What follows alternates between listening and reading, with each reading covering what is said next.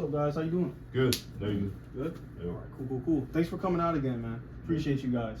So, first things first, my name's Alex. For real. David. All right, I'm going to be doing my introductory speech on creatine. So, first things first, imagine if there was a supplement out there, right?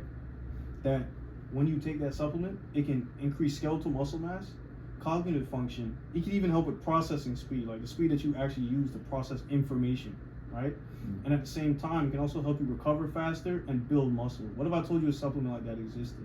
I wouldn't believe it. Crazy, right? Yeah. What if I told you could buy that at your local vitamin shop? That's wild. Right? Yeah. Well, that's creatine. That's what creatine does, right? And now, if I did have to, I guess you could say, put a stamp on it. If you could think of the first person that comes to mind that would take something like creatine, what would you imagine? Like Stephen Curry. Stephen Curry, Trent Twins, right? An athlete, right? Athlete, gym goer. For years and years, right? Since the beginning of time, since the beginning of creatine being researched, most people always thought that it worked for just athletes and working out. I've even often heard people online saying you only should take creatine if you're training. But in reality, due to some of the claims that came out from the National Library of Medicine, right, after analyzing their article and seeing their research on creatine, it actually says that you don't have to be an average gym goer to benefit from creatine. And, given that you can increase skeletal muscle mass, so that can help with aches and pains in the joints, or it could even help with processing speeds or cognitive function. As we get older, right, and as things slow down, sometimes we might need a little push to help us get over the ledge, get over the hump, right? And after looking at the UCLA Health Organization, looking at what they have to say, taking as much as, obviously you can start with your regular 3 to 5 grams a day, which is safe. But if you want to take it up a notch, they've done studies basically stating that if you took 10 grams and up, that's when some of the extra benefits come in, right? So before getting a little bit deeper into how creatine works and some of the misconceptions surrounding it, I want to explain to you guys what creatine is, how it works, and then how we can use it in the most effective way as possible. Make sense? Yeah. All right, so first things first, creatine is a collection of amino acids that occurs inside the body. And what that does is it actually helps you create ATP.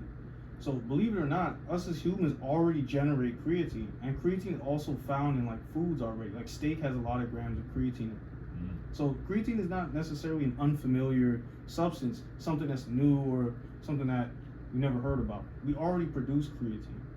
It's just through the recent studies we found out if you can somehow increase your levels of creatine through supplementation, what that will eventually do is give you those benefits that I stated earlier, which takes about at least 2 to 3 weeks to feel the full effects of that, right?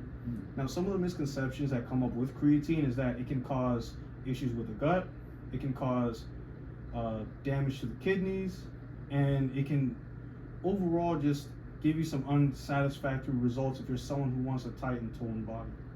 But in reality, so you guys ever heard of that, the concept of going in starvation mode, right? Mm-hmm. How if you go in starvation mode, the body gets kind of afraid that something bad is going to happen to it, so it holds on to whatever it can. Yeah. So that's actually one of the reasons why some of the people might have the negative effects of creatine. So what creatine actually does and how it works is it pulls water into your muscles to saturate them, to make them a little bit stronger. And given that situation, I'm willing to bet the average person doesn't drink enough water, right? Because we got so much drinks out there. We got coffee, we got soda, we got tea, we got all kinds of things, right? So given that bet that the average person doesn't drink water, if creatine is actively pulling water into your muscles, and then at the same time you notice that you're not drinking enough water, your body's going to get afraid that it's going to lose water, right? And we have a high percentage of us is water already. So what's going to happen is your body's going to hold on to that water, and then that's when the bloating and that's when the gut irritability comes. So, with that being said, as long as we can make sure that we're drinking enough water, which we should already be doing, right? It's not really necessarily extra work or an extra push. We can use creatine at 3 to 5 grams to achieve maximum results. And anybody can use it or benefit from it. Appreciate you guys coming out today. Yeah, thank you. No problem. All right.